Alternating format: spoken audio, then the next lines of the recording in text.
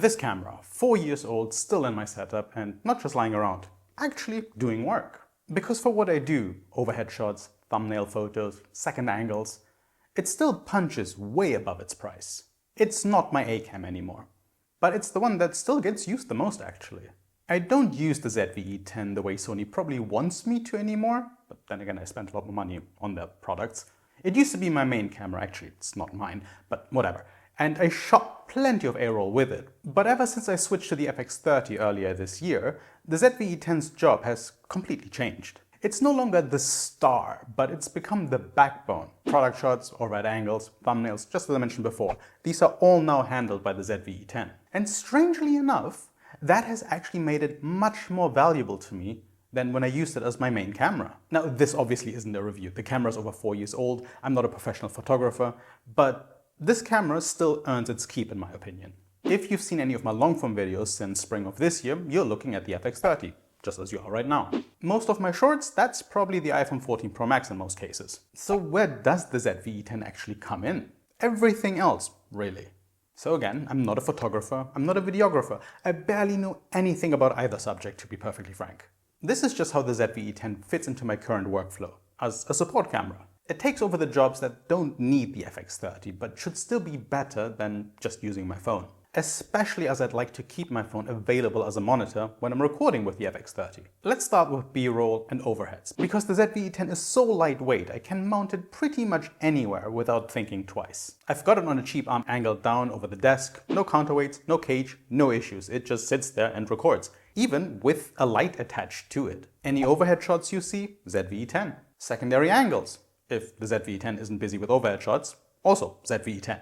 It autofocuses fast enough that I can drop my hand into the frame and not worry about it going absolutely ballistic. It's also my thumbnail camera. Every recent thumbnail you've seen was taken with this thing. Well, so long as it was a real life photo, that is, of course. I'll have it either on a tripod, again mounted overhead, or just handheld. Just get the softbox lighting locked in and off we go. I can frame shots comfortably through the live view, and I say that like it's some sort of USP, but whatever, let's just go with it. Adjust the lighting based on the product or angle, and take as many versions as I want, without messing up my main setup. That separation alone saves a lot of time.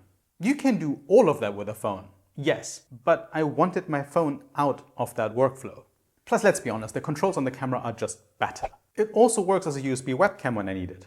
Not often, it's very rare in fact. Honestly, I'd more than likely go with the FX30 via HDMI into my capture cards. But if I want a second angle for a tutorial, a live stream, or need to record a desktop view, I can just plug it in and go. It's quick, doesn't require the aforementioned capture cards, no drivers, it shows up instantly. So it is very convenient for, when you are in a pinch. That actually makes it useful for utility shots that don't justify setting up another FX30, as if I had one, or dealing with phone camera apps, which can be quite annoying.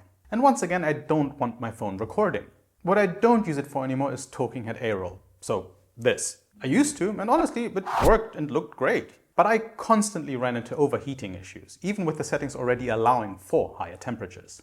So once I got the FX30, there was no reason to keep using the ZV-E10 for A-roll. The color, the dynamic range, the customization, it was a clear upgrade. I mean, that's what I bought it for after all. Not to mention 10-bit slog 3 4K 60 without overheating, ever. And if I want something fast and easy, which is essentially YouTube Shorts, that is the one thing I do record with my phone. So the ZV-E10 got moved to a different role. Not because it failed, but because it's more useful doing the things the other cameras shouldn't be tied up with. I don't need this camera to be amazing, even though it kind of is. I just need it to work when I turn it on. And the ZV-E10 does that without wasting my time or taking gear away from something more important. That's why it's still part of my setup and not sitting in some drawer. Unless my wife eventually notices that her camera is still missing, in which case it might be time for an A6700. Leave a comment, a like, subscribe, and anything else you have time for. YouTube thinks you might be interested in either of these two videos. But I swear, as soon as I turn this light on, even though I don't feel warm, I'm sweating like a pig. I don't know, maybe it's like performance pressure. I don't know. I mean, I'm not really doing a hard job here, is it?